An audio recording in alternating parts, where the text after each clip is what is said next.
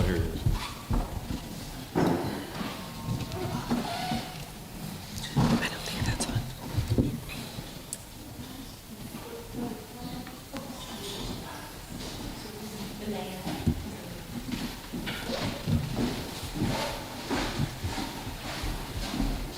All right, thank you.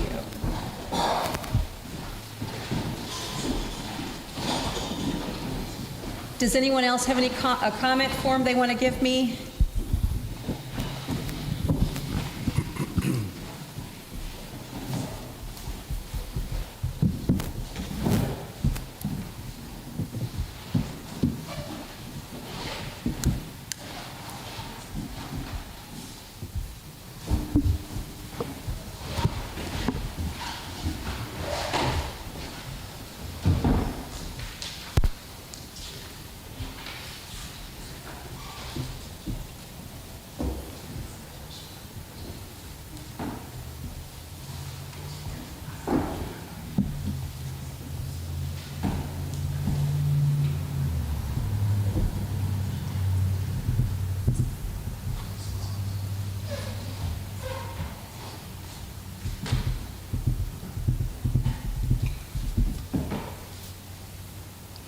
Good evening. There being a quorum present, this regular session of the Howe City Council is hereby called to order on Tuesday, July 16, 2024 at 6 p.m.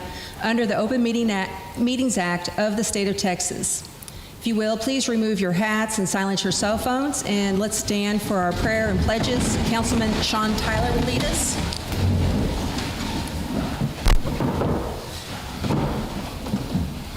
Lord, as we come before you today to discuss important matters, we ask for your guidance and wisdom. You are the source of all knowledge and understanding. Therefore, we seek your direction in our decision-making process. Help us to listen attentively to one another with open hearts and minds. Amen. Amen. And now for our pledges. The American flag. I pledge allegiance to the flag of the United States of America and to the republic for which it stands, one nation, under God, indivisible, with liberty and justice for all. Now for the Texas flag. Honor the Texas flag. I pledge allegiance to you, Texas, one state, under God, one and indivisible. Thank you. Please be seated.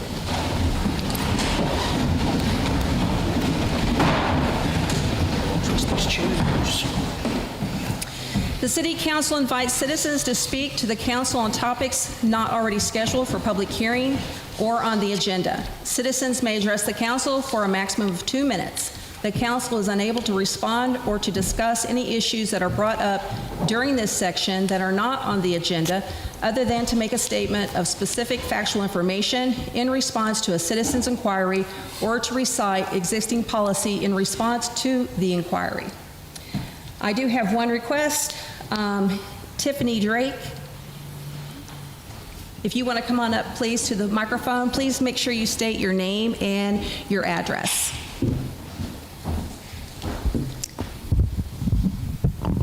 Testing. Does it work? It's on, yes. Can you hear me? Can you hear me? My name's Tiffany Drake. I live at 892 Harshbarger in Sadler, Texas. I'm a registered nurse, and I am running to be your State House representative. And since we have 2 minutes, I will just cut to the chase. I'm running because I see 3 critical issues before us. The first one is public education. Recent years have seen a push to bring school vouchers to our public schools. And it is projected that in the November election, there are enough votes to pass school vouchers by 1 vote. That means only 1 rural seat can flip that decision, and I will vote no on those vouchers. The second critical issue I see before us is affordable housing. It has become unaffordable for most people, whether you rent, lease, or buy. And in response to this crisis, I have developed a 10-point plan to address affordable housing, which you can find on my website. I have looked ahead at the legislative agenda for the spring, and they are planning to form a committee for affordable housing. So I would like to take my 10-point plan down to Austin and seek a seat on that committee and try to find solutions. The third critical issue I see before us is health care. 3/4 of rural hospitals all across the state of Texas have shuttered their doors permanently over the last 10 years. So this is a critical issue for rural Texas. If I'm elected, I will take my lifetime of healthcare experience down to Austin. I will seek out seats on the Health and Human Services Committee as well as the Insurance Committee, and I will advocate to bring Medicaid expansion dollars to the state of Texas. This will infuse billions of dollars not only into our health care but into our economy in general, revitalizing those rural hospitals, and most importantly, it will lift up the lives of everyday Texans, and I wish I could tell you more about that, but you can visit my website at drakefortexashouse.com. Thank you, ma'am. Moving on to the mayor comments. The Howe Hump Day Network breakfast is held every first Wednesday of the month from 8 a.m. to 9 a.m. here in Summit Gardens, and everyone is welcome to attend. Consent items. These items consist of non-controversial or housekeeping items required by law. Items may be considered individual by any council member making such request prior to a motion and vote on the consent items. 1, discuss, consider, and act upon consent items which are marked by an asterisk, which are minutes of the regular council meeting, June 18, 2024, bills being paid for the month, detailed check register, statement of revenue and expenditures, independent financial secure deposits, June 30, 2024, recap and standings, June 2024. Does the council wish to discuss these items? And if not, do we have a motion to approve? I'll make a motion to approve. All right, Sarah makes a motion to approve. Michael makes a second. All in favor, show of hands. Everyone, any opposed? None are opposed. On to our action items. Item number 2, discuss, consider, and act upon adding Cassie Montgomery and Ed Whitfield to the Planning and Zoning Commission Board. Does the council wish to discuss this item? And if not, do we have a motion to approve? Motion to approve. I'll second. All right, Sean makes a motion and Billy makes a second. All in favor, show of hands. All are in favor, or any opposed? None are opposed. All right, the council is now going to take a short recess so we can swear in the Planning and Zoning Committee members and then have a quick Planning and Zoning meeting. The time is 6:06 p.m.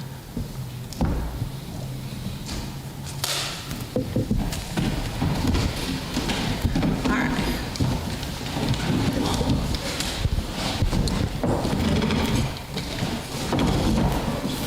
So we'll first swear in Mr. Whitfield.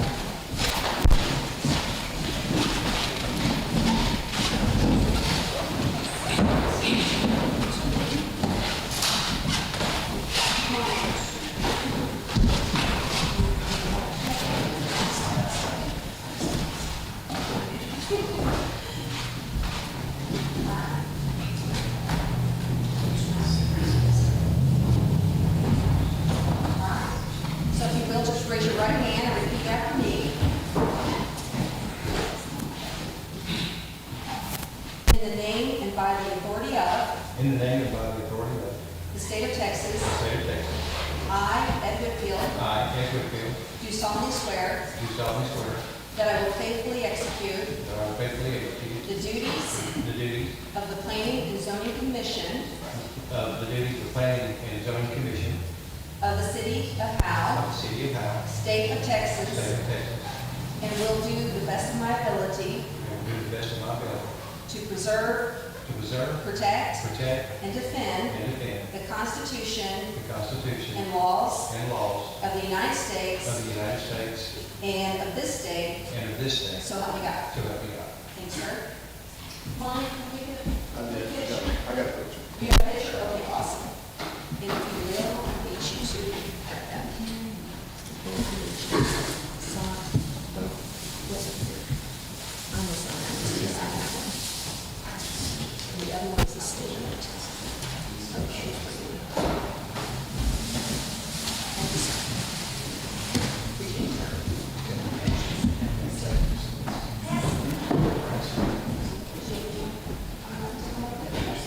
it. Cassie, raise your right hand. In the name and by the authority of the state of Texas, I, Cassie Montgomery, do solemnly swear that I will faithfully execute the duties of the Planning and Zoning Commission of the city of Howe, state of Texas, and I will do the best of my ability preserve, protect, and defend the Constitution and the laws of the United States and of this state, so help me God. Congratulations. Thank you. It's fine for us.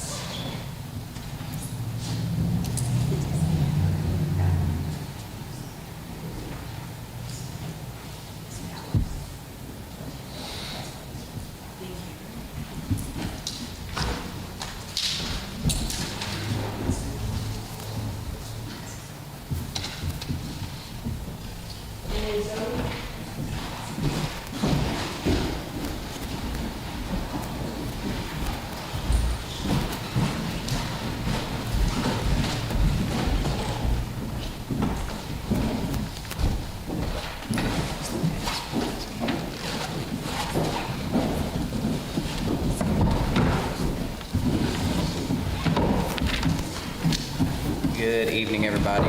There's a quorum called to order the Planning and Zoning Commission of the City of Howe on July 16, 2024 at 6:10 p.m. We have two items on the agenda today. First one, discuss, consider, and act upon approving the minutes from the May 21st meeting, which you'll have a copy of. Do I have a motion to approve? I'll approve. Okay. You want a second? All right, all in favor? Yeah. Okay. Yeah. All right. Item number 2, discuss, consider, and act upon the replat of lots 7R and 8R, Block 8 of the W.H. Beans addition to the City of Howe, Grayson County, Texas, and generally located at the northeast corner of Touch Street and Bean Street, City of Howe, Grayson County, Texas. Yeah, good evening. This is a replat into one single lot at the northeast corner of Tut and Bean Street into 2 lots. This plat complies with the city's ordinances, and staff has no more comments. Just Recommends minor approval. change, right? Sorry? What was the change? Staff recommends Okay. no changes or Okay. comments and recommends approval. Okay. All right. Have a motion to approve? Motion. Okay. Second? All right. All in favor? Okay. Who seconded that? Sharon did. Okay. All right, that's it on the agenda. So we will close the P&Z meeting at 6:11.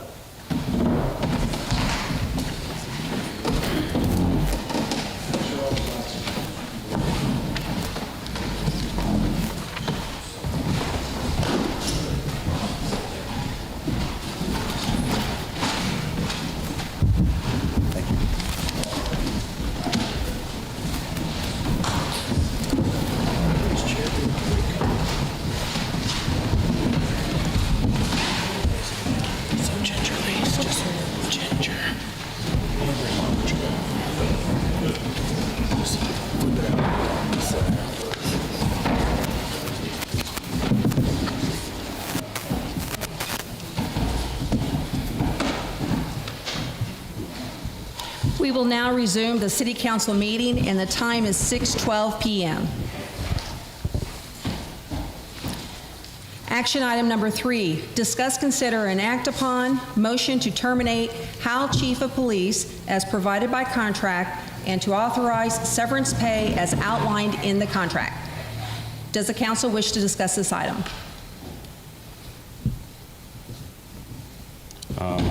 Do I have a motion? Yes, I make the motion to terminate Howe Chief of Police Carl Hudman as provided by contract and authorize severance as outlined in the contract. Do I have a second? I'll second. Are you going to have a voice vote? Are you going to record him to decency? Sean makes a motion, and Billy makes a I second. have a question, Mayor. Are you going to have the decency? We are not having a public hearing. Look him in the eye. We do not have this on the agenda. That's There is right. no We do not discussion have this from the on the- public. Correct. Mr. Shepherd's out of order. Yes, sir. You have one on. So all in favor of, You have the decency to look him in the eye as you vote. Move forward, please. all in favor, may I have a show of hands? All right, I have Ricky, Sean, Sarah, and Billy are in favor. Any opposed? Show of hands. None are opposed. Anyone abstaining? Abstain. Michael is abstaining. Motion passes. Item number 4, discuss, consider, and act upon resignation of Dana Nixon as a member of the Board of Directors of the Howe Community Facilities Development Corporation. Does the council wish to discuss this item? And if not, do I have a motion? I'll make a motion to approve. Sarah makes a motion to approve. Do I have a second? I'll second. Billy makes a second. All in favor, show of hands. Everyone is in favor. Any opposed? None are opposed. Item number 5, discuss, consider, and act upon adding Kelly Haley to the Howe Community Facilities Development Corporation Board of Directors. Does the council wish to discuss this item? And if not, do I have a motion to approve? I'll make a motion to approve. Michael makes a motion to approve. Do I have a second? A second. Sean makes a second. All in favor? Everyone is in favor. Any opposed? None are opposed. 6, presentation from Centurion American Development Group on financing tools, PID and TERS. And before we begin, I'd like to mention that this presentation is for PID and TERS information only. The council is not able to discuss specific project information since it is not on the agenda. Do we have someone here to give our presentation?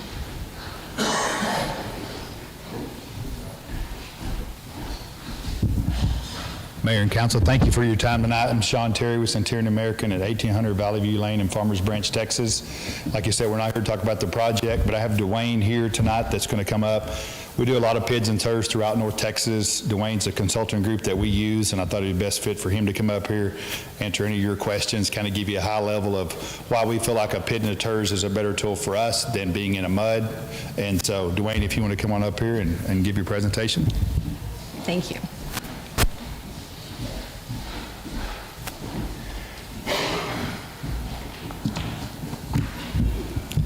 My name is Dwayne Brignac, 1800 Valley View Lane. We represent developers all across Texas and multiple states. Currently, our company represents probably 90 plus projects today. So when Sean invited me to come here and speak, I thought it was a good idea to just come give a big overview on kind of special district financing. And so after I give this brief little presentation, I'm answering any questions you may have. But I think it's important to start out before I get into the nuts and bolts of each of them is why developers in general need these sort of public-private partnerships with governmental entities. And I narrowed it down to today, there's basically 3 main reasons. One is increased in costs of infrastructure today has gone up significantly over the past couple years, creating a need, and none of that's more evident than, our clientele 3-4 times fold over from what it was 2 years ago. The second is as development expands out into more and more rural areas, the infrastructure is just not there. And so the quantity of infrastructure that gets put in to put a development on the ground is needed. And third, traditional financing from lenders, that has the restrictions on those and the ability for different developers to get that has significantly decreased. And so that opened up the door for, how can we get lending to get these developments put on the ground? And that's where the public-private partnerships with municipalities and counties have really emerged over the last couple of years. So the first thing I'm going to jump into is what is a public improvement district. And as I'm going through it, I'm going to give sort of some differences between a PID and another special district, which is freshwater supply districts, municipal utility districts, et cetera. So what a PID is a no more than a geographic area. defined by a legal description. It is not a governmental entity as your typical special districts are. It does not have a board of directors. So any approvals that we need related for a public improvement district has to come before you as the city council. That's to create the district and for the financing part, levying assessments and issuing PID bonds to finance the improvements. Again, that is different from a MUD type of district where it has its own body. And so once you approve that district, the board meets and you're kind of out of it from that point on. A public improvement district, it is a unique tool in that it does provide upfront financing instead of having to get reimbursed on the back end. And so it allows developments to move forward a whole lot faster than your traditional MUD districts. One of the other, a big difference between a PID and why we like them versus a MUD is the fact that the PID assessment itself is a flat rate amount. And so it is not dependent and will not fluctuate each year on the home value. As home values in a traditional MUD keeps going up and up every year, so does that tax for the MUD. Whereas PID, it's flat every year. The annual installment payment is locked in. And so once you get to, once the value of the homes are put on the ground and start increasing every year, that payment never increases. It stays the same. There's also the ability for a PID, the homeowner can prepay the assessment penalty-free, which if you're in a MUD district, it's a tax. You can't prepay a tax. It doesn't go away. So once we have an assessment through the public improvement district, again, the homeowner can prepay it all or a portion, and the debt is kind of recast over that typical 30-year run. So those are some of the big benefits on why developers like PIDs and the benefits to the homeowners. And I've already kind of given you the benefits to the city council, whereas they got to come back to you for all the approval, so you have some control over that process. Moving into a tax increment reinvestment zone, that is one of the financing tools that I say is a win-win for both the developer and the city. A win because there is no funds from a TERS unless development moves forward. There is no value put on the ground unless the developer develops the project as he said he's going to do. And so I'm not sure if you know how the TERS actually works, but once the TERS is created in that year, the TERS sets a base value for that parcel of property. And so any value above the base, we call that the TERS increment. And so the increment is what ultimately is shared as a negotiated deal point. What percentage of that increment goes back to help finance the public infrastructure? And I should have clarified, but public infrastructure typically being financed is water, sewer, drainage, and roadways. And then those improvements are dedicated over to a governmental entity, which allows them to be paid and classifies them as public improvements. So none of the private improvements, lot grading, amenities, those will all be considered private that a public improvement district couldn't pay for, neither can a MUD, and a TERS can pay for it either. And so there's, on the TERS, there's basically 3 different financing ways that it helps out. There's an interplay between a PID and a TERS where we can use the TERS increment to offset PID assessments. And so every deal is unique, and we run the models and we see if we actually need the TERS to offset to get the tax rate or a PID equivalent rate, because it's not truly a tax, but to buy it down to a certain level that is in sort of the standard policy of what the DFW area sees for a PID and that assessment. So we make sure it's in range. 2, the TERS can also pay for, TERS projects, which is projects that actually benefits the TERS. And 3 is a grant. So the TERS statute allows, as a city can give a Chapter 380 grant, the city can give a Chapter 380 grant underneath the TERS statute from that increment that is generated from the development. So those are sort of the high-level PID, TERS points, and how, at least in the grand scope of things, how it's more beneficial to use a PID-TERS combination over a special district such as a MUD. Okay. I know the city administrator has some questions as well, but I first want to ask the council if anyone here has questions. I have a couple of questions. I think that I need a better explanation in more kindergarten terms about why you would be tying a TERS to a PID. I heard you say it, but I don't think I quite understood what you were saying. Right. So it's an overlap. So a TERS can pay for TERS projects, which are basically the public improvements. Those are the same public improvements as a PID could pay for: water, sewer, drainage, roadways. A TERS is a little more flexible what it can pay for by definition, but it does include PID projects. It can pay for those. And so they're interplay because instead of we could take the TERS increment that is being generated and pledge over to pay for a portion of the PID assessment. For instance, let's say, I'm just going to throw numbers out, but the annual installment payment for a lot in a PID is $1,000 a year, okay? When the property is, when we create the TERS, there is no infrastructure on the ground, there's no home, so the base value essentially is $0, okay? Developer goes construct a home on that, now that we have value, based on what percentage the city agrees to give back for developing, let's say it generated $500 worth of increment in that year. The $500 would be pledged over to the PID assessment, so essentially offsetting the assessment by $500. So what the homeowner would see would not be a $1,000 PID assessment bill, including a tax roll, but it would be a $500 because a portion of the property tax that they paid in, that is the increment, is used to offset their assessment.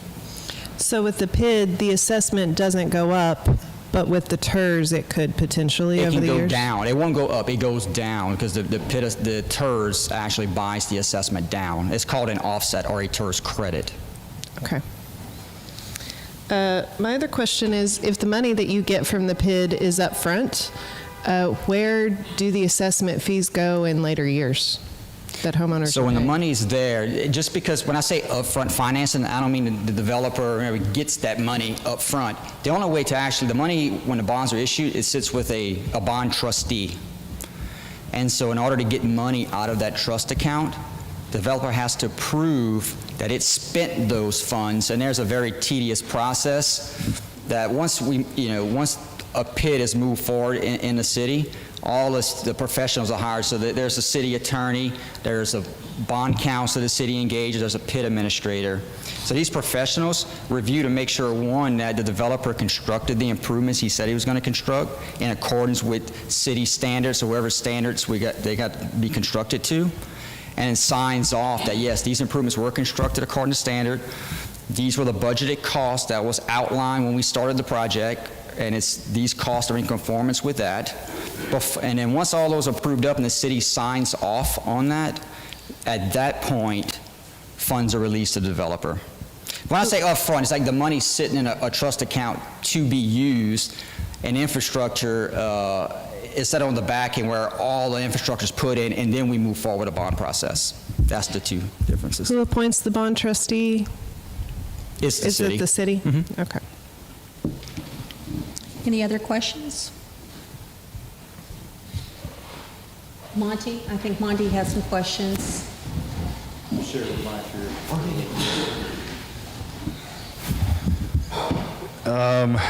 I guess one of the questions I have is, what are the limitations on what a TERS can fund?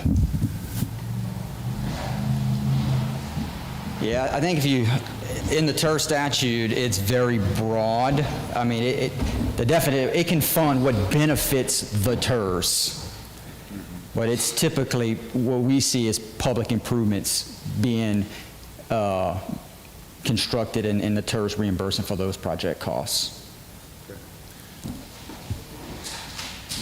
Would you see this a situation where the city council would serve on the TID board? Yeah, quite often. So I didn't state on how the TERS is actually created, but if there's two ways, and one is by petition of the landowner. Not recommended at all, because that is, the TERS statute is very specific about who needs to be on that TERS board if we create a TERS by landowner petition. I think there's some state legislatures that need to be on that board if that's the case. And so what you see is the city can create a TERS on its own initiative. And what I often see is the city council members or the TERS board members. Who pays for the procedural process in both the TERS and the PID? Yeah, that's a good question. So at that point, the developer pays for all the PID and TERS up front. Once those things are established, there's for the PID, there is an annual collection cost or an administrative expense. They refer to the same thing, but different terms. That covers all of the yearly charges that the city staff or PID administrator would incur, all the professionals throughout that year. But up front for a PID is usually a professional services agreement that a city would enter into with the developer, and the developer escrows funds up front to pay for those professionals' time until they get the first collection of annual installments and to keep paying for that year over year. So developer, to answer your question, developer pays for both of them. And so the city never incurs any charge for staff usage or the professionals. So who has to collect for the assessment?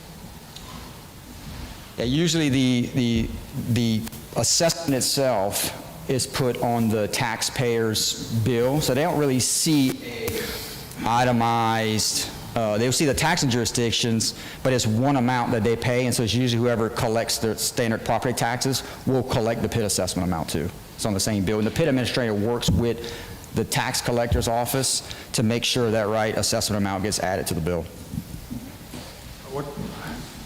What kind of impact does this have on the city tax rate? This has no impact at all to the city tax rate. The only people who are paying the PID assessment, the only people paying the PID assessment are the homeowners within that PID, because they're the only ones who actually receive a benefit from those PID improvements being constructed by the developer. So essentially, they are paying the cost or a portion of the cost and infrastructure. They are the ones receiving the benefit.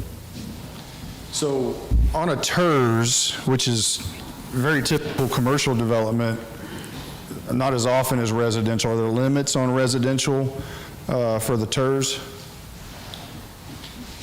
Not to get too complicated into it, but there are some limitations on the geographic areas that the city can create a TERS on. And so it's just kind of a calculation based on population, how much TERS they have already created. That's all. I don't think I have any other questions. Any other council members have any questions? We appreciate you very much. Yep. Thank you, sir.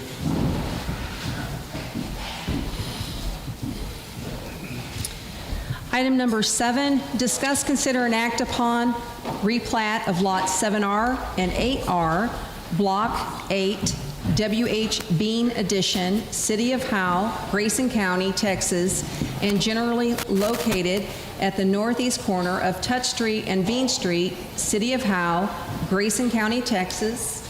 And the P&Z did approve this earlier, but if you have any questions. No, I was just going to reiterate my comments from the previous meeting. This plat complies with all city ordinances, and we recommend approval.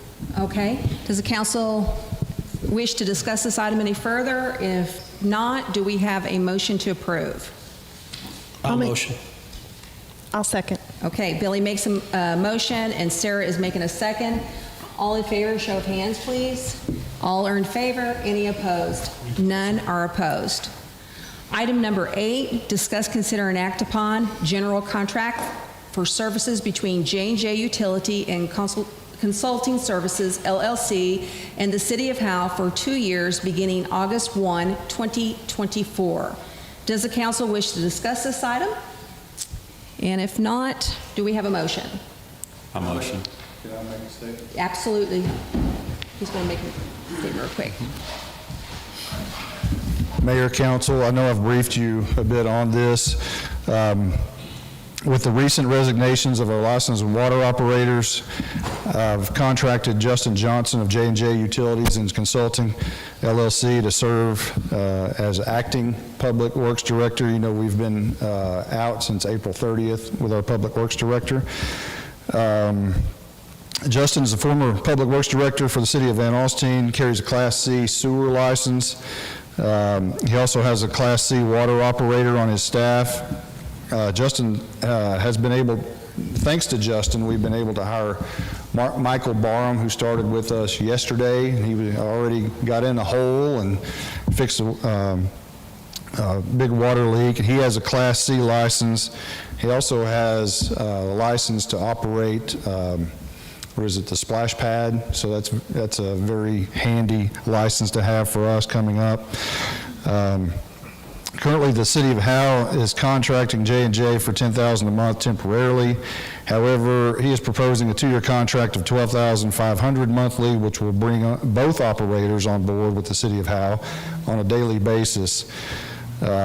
Justin and his staff are responsible for making sure we're at all times compliant with TCEQ, and his water license expert will help dramatically with our east to west surface conversion that's coming up on the horizon, as well as ensuring all wells are compliant. Justin's been serving as acting Public Works Director, has done a remarkable job in that period of time. Productivity has been alarmingly increased, and he's gone through a lot of our inventory and sorted through that, which we have an enormous amount of. This figure works within our budget, one, because it severely reduces the overtime that we were seeing. It allows for 45 years of combined experience of a manager and water expert without having to pay the insurance and retirement and overtime and vehicle expenses and those things that a full-time employee have. With J&J checking the wells 7 days a week, this also frees up the number of overtime hours that we're seeing with our guys working weekends to do that. Another benefit is they're taking a lot of items off the plate of the full-time employees, which allows our guys to tackle more projects, which you've probably seen them out in the streets, repairing some potholes, fixing a lot of water leaks. This also allows us to remove our mowing contract, because when we do have the full-time staff, since they're free from checking wells and doing those things, they will now have time to do the mowing, in which we have sufficient equipment to handle. So we've started 4 full-time public works positions, which include a crew leader and a systems operator, which Michael Barham just filled. The budgeted total for the previous crew, including retirement insurance and 200 hours of overtime, each came to $270,553.44 annually. The total for the new 4-man crew will be $270,508.31, which includes a reduction of overtime hours from 800 to 400 hours for the new fiscal year. And I don't know if Justin wants to say anything, if y'all want to hear from him or not, but I would recommend it. Council, do you want to hear from Justin? Yeah. Justin?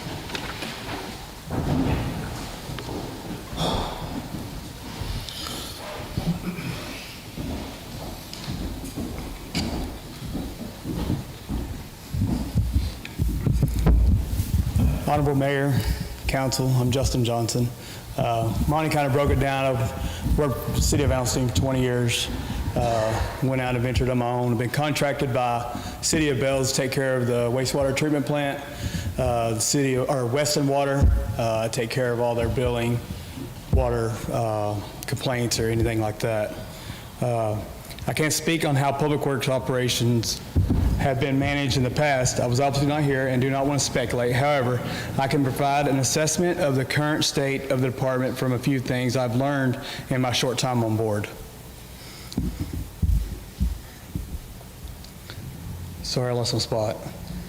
I believe there is much room for improvement and growth from employees being more productive and believe there's much room for improvement and growth from employees being more productive and efficient with their time, completing work orders significantly faster, cutting down on overtime costs, properly training staff as they are better equipped to provide the professional service demanded by the job of the public, communicating with management and council to maintain a transparent and open relationship to provide more insight of the functions, day-to-day operations, and progress of the department. I believe we have opportunities to cut down on costs, not only on overtime, but inventory. Inventory expenses, more competitive contractor vendor pricing, and overall cost of operation. In the 2 weeks since we begun assisting the department, we have cleared numerous past due work orders, cleaned up Summit Gardens, fixed a couple of leaks that have been leaking for months, reached out for meter training, got the ball rolling on SCADA to put it on our phones where we cut down the guys coming out in the middle of the night and charging overtime. Started working on water quality reporting. We look forward to providing our services. I believe we can make a big change for the City of Howe, and we look forward to it. Thank you. Thank you. Any council members have questions? I have a quick question for you, Justin. During campaigning and anytime I talk to citizens, a lot of times the popular complaints are the damage that happens when the water crew comes out and fixes something on property. What's your stance on how to handle that? So it's just a process. You'll have to let everything settle out, and we'll have to clean up. You can clean up at the night if we had a water leak that night, but you have to let all that settle out and the mud dry out, and then we can come back and put sand and stuff. We plan on, with the crew that we will have, we plan on staying on top of stuff like that, making sure roads don't stay closed down for periods of time. It's just a work in progress, to be honest, and it sometimes takes a week to get that to dry out to where you can ride on it with a car.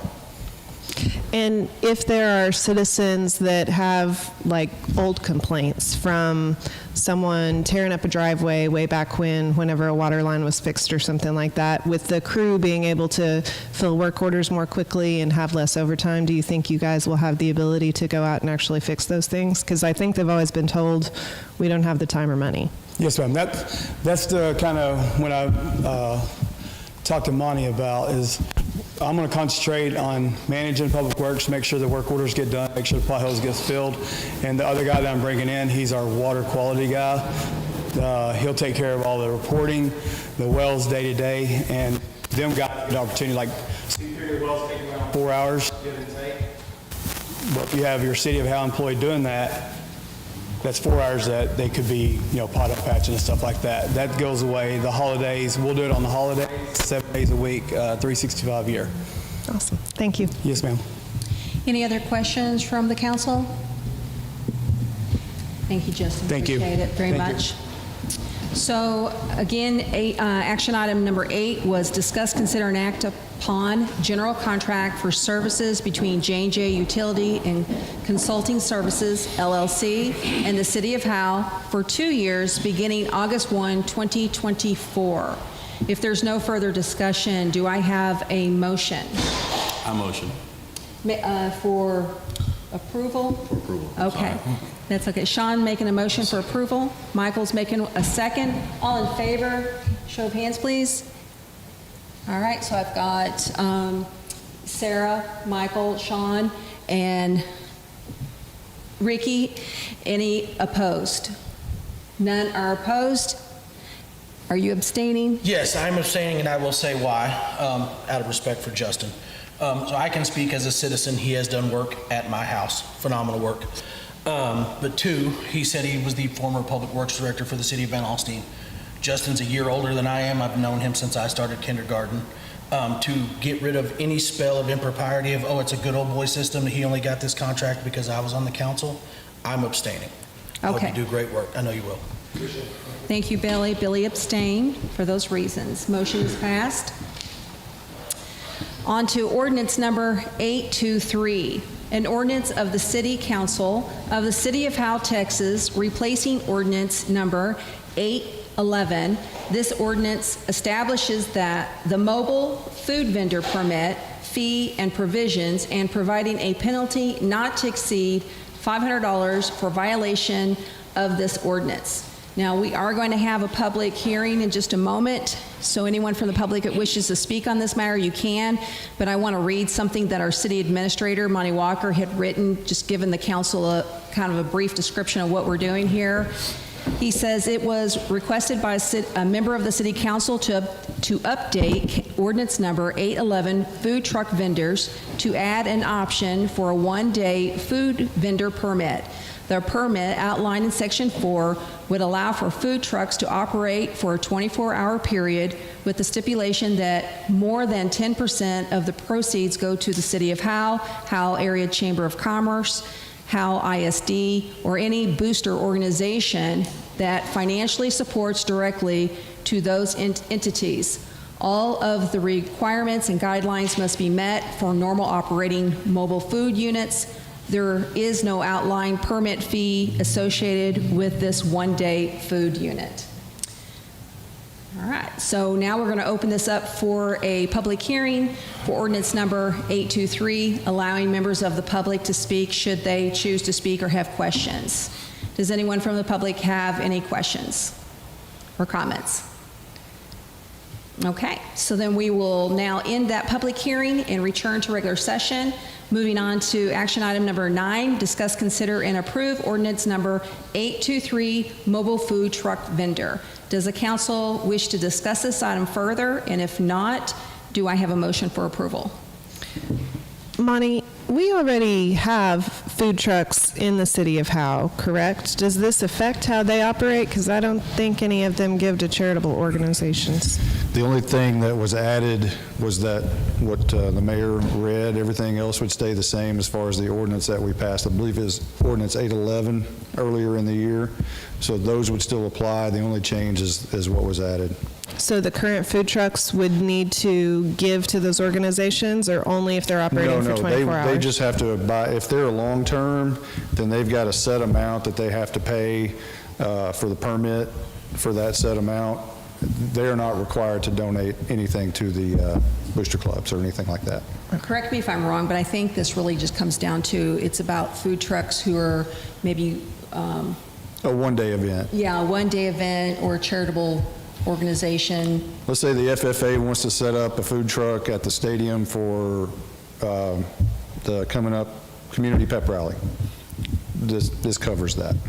Does this affect the food trucks that come in for the festivals and the parades and stuff? It will. Okay. For Founder's Day and such, yes. So does that mean that those vendors coming in for those festivals would not have to pay a permit fee, but they have to abide by all the other rules and regulations? I would hope they'd donate to the Chamber of Commerce. Okay, so they have to donate. All right. Any other questions from our council? So I was the council member that requested this, and I did it. One, I am the president of the Howe Athletic Booster Club, but also the FFA Booster Club has a new president. They've lost several members. During the community pep rally next month, the FFA Booster Club runs the concession stand during football season. They have lost several members and don't have enough people to man their concession stand, so they're losing a large chunk of their fundraising ability. So we are inviting, there's going to be 2 food trucks and a snow cone vendor invited to the community pep rally. This was to alleviate the cost that they would incur to have the permit and also still donate to the FFA Booster Club and the Athletic Booster Club as they've agreed to. It just we were kind of hitting them twice. So that's the reason we have asked for this. One day, you don't have to pay the city permit fee, you still have to abide by all the rules, but you have to donate to the Booster Club to be able to get this exemption. Thank you for better clarifying that. Any other council members have questions or comments? If not, do we have a motion to approve? I'll make a motion. Sarah makes a motion. All right, and Ricky makes a second. All in favor, show of hands, please. All right, that's Ricky, Sean, Michael, and Sarah. Any opposed? None are opposed. And I Billy? will be abstaining. Billy's going to abstain. Number 10 is our budget workshop.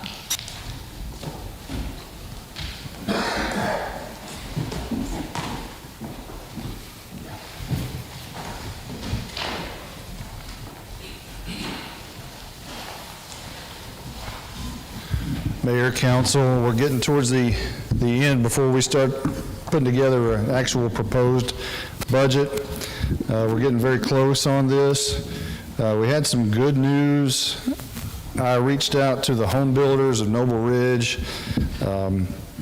They estimated in the next fiscal year that we would have 133 permits pulled, and that's at $6,250 each. Of course, we do have an expense to Bureau Veritas out of that, so, but we still net somewhere in the range of $4,000 per permit. With that said, that I had very cautiously had 72 permits previously on our budget presented at the last meeting. So I'm still cautious. Instead of putting 133, I've added 120, just in case, you know, things go crazy. This allowed us to kind of move down our ad valorem expected revenue just a little bit to what we would require. So I think we talked about last time having to face a significant tax increase. I don't foresee a significant tax increase, and there is a possibility it could remain the same or maybe just a slight increase. Of course, we'll get into it in a moment, but we all know, the reason is we brought on the EMS services, which is about a $700,000 annual deficit. So that is the main reason that if we have to have a tax increase, it's because of that situation. I'll kind of just let y'all fire questions, if you will. You can see the permits moved up to $750,000 on revenue, and the building inspector is where our fees are paid to Bureau Veritas, and that's based on 120, and it would be $197,751. That's not factoring in any other permits pulled. So it'd be near a wash anyway if it were. If anybody has any other questions, feel free. I'll kind of go over the totals. The admin revenue, $2,940,973.24. The admin expected expenses, $1,179,373.40. For the police department, the expenses there, $759,581.73. The expenditures on the streets, I talked to Ms. Myrick today, and we had talked last month that we would up the street lights budget. That is not reflected here, but we will have some wiggle room to work that in, because that will be a significant, not significant, but it will be an increase. So right now it's $211,000, but the street lights will affect that bottom number. Fire department, we mentioned, we do not have a county contract at this moment on EMS. We're working towards that as we continue to grow. I expect, not this fiscal year, but the following fiscal year, we should have a county contract on that. Of course, they're toying with the idea of going to ESDs, and I don't know how that'll play into future budgets, and I don't know when that'll happen. But it will have a significant impact if the county does go in that direction. But right now, we're playing by the rules that are given, and we don't have a county contract. So with that said, we've got $207,426 in revenue. That's $15,000 fire department billing, $150,000 we expect in ambulance billing, and we are on track for that. We're currently pacing for that, so that's good. And we have the fire contract at $42,426 from the county, but no EMS contract. And the expenses, most of that is in salaries and overtime, or at least half of it. $966,514.99 is the overall expenses for the fire and EMS. Solid waste, total charges, this is your trash pickup. $468,053 is revenue on just that one item. The expenses are $392,631.88, so there's not a lot of margin at all in solid waste. Our water bills are too high as it is. On solid waste, our sewer charges currently, or last year budgeted $764,820. I have put $1,018,209.86. Our contract sewer is $726,125 with Sherman, and that may need to be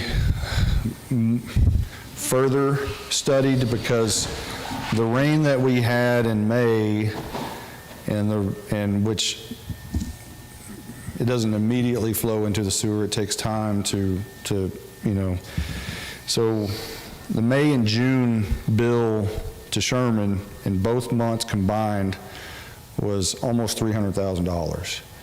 So the quicker we can get our hands on land to put a package plant and get off of the Sherman contract, the far better we will be. And I know we're all working towards that, and I know the council is apprised of where we are on that, so I feel comfortable with where we're headed. The expenditures on solid waste, $927,925 overall. As far as water sales, $1.2 million, $18,000 in tap fees brings a total of $1,224,515.86. And then expenditures, of course, we've got the contract with CGMA. We put our public works salaries into the water expense, and that expense, after everything calculated, is $1,113,853. The Howe Community Development Corporation is working off of a budget of $159,582, and the expenditures will equal that amount. Real quickly, the EDC, which is the Howe Community Facilities Development Corporation, has decided to go with a DBA, so it's going to be Howe EDC from now on. We don't have to have the tongue twister. Also, they approved a strategic plan of an expenditure of $10,000 that we'll be working on, and the council will be invited to sit in on the strategic plan as part of that committee. We're also looking at the EDC is also looking at GIS, which I know we have in place with our engineer, and those are the mapping services online that show all our water sewer infrastructure, all our fire hydrants, but it also gives it's several layers that you can bring up. The zoning you can bring up, and a matter of fact, there's some cool stuff out there. When you click on a parcel, it not only brings up what the zoning is, it brings up all the documents associated with that parcel, such as what the actual ordinance and things like that. So we've got an opportunity to do some really great things here in the near future with the EDC.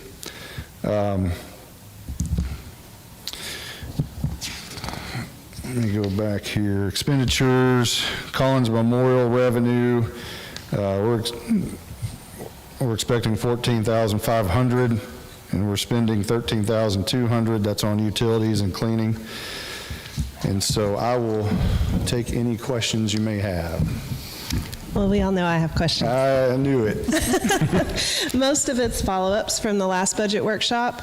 You said you were going to look into what the dues are under the admin, because that's a significant amount. Did you find out? I did look into that, but I did not come up with an answer, and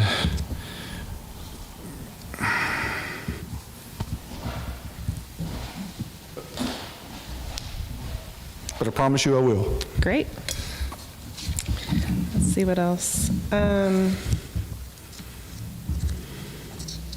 Do we have an update on other options for animal control? Yes. I talked to Ben about it, and that contract that we have with them can be terminated at any time. I think we have to give them 90 days notice that we're going to terminate. It's very costly to us, as you know, and I don't know that we're getting, Mr. Hill will probably agree with me here, I don't think we're getting the return on our so-called investment. It may be a situation where we do an at-call type situation, and Ben put together some numbers where if we just factored in what they picked up, then if we called them when we need them, it would be significantly less. So that is an option, just to call them on a... It is an option, and it's virtually our only option. Okay. Instead of going this way, we can call them when we need them. Now, they're coming from Pilot Point, so we're in the same situation as far as if a dog gets loose, and... Because they'll bill us as soon as the call comes in, basically. Yeah. So whether they find them or not, we'll still get billed. Well, they're not finding them now.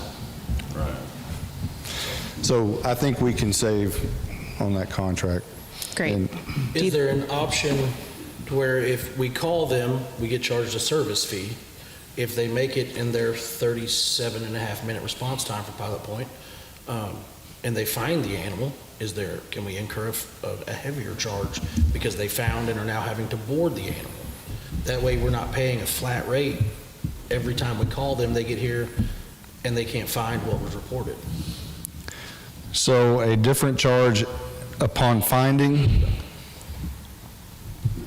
I will ask Ben to work on that and see what he comes up with.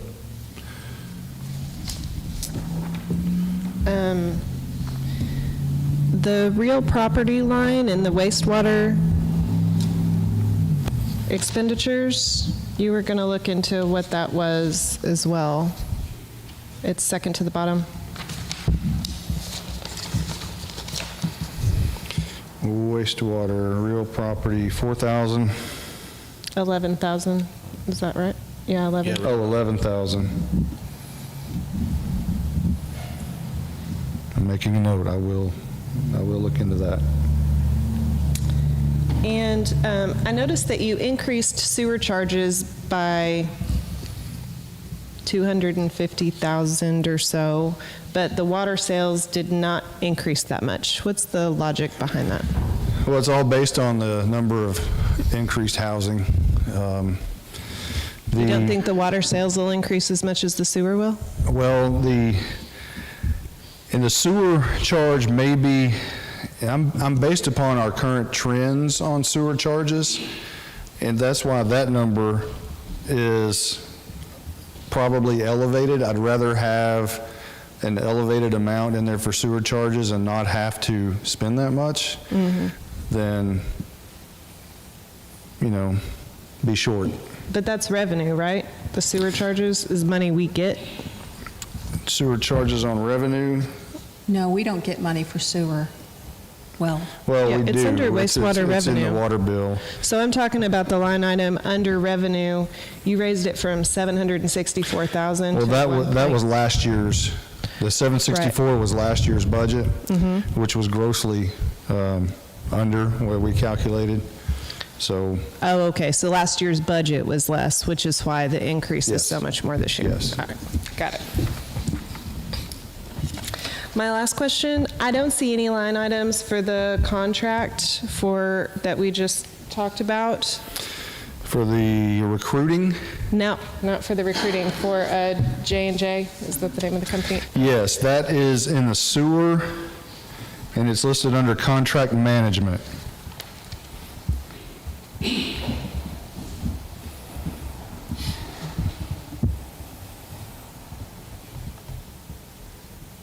Where it says contract sewer? Contract management. Oh, I see it now, sorry. It's just my eyes. All right, that's all I got. All right. Any other questions from any other council member? All right. Thank you, sir. If there's no further business to come before this council, this meeting stands adjourned at 7:03 p.m. Have a good evening.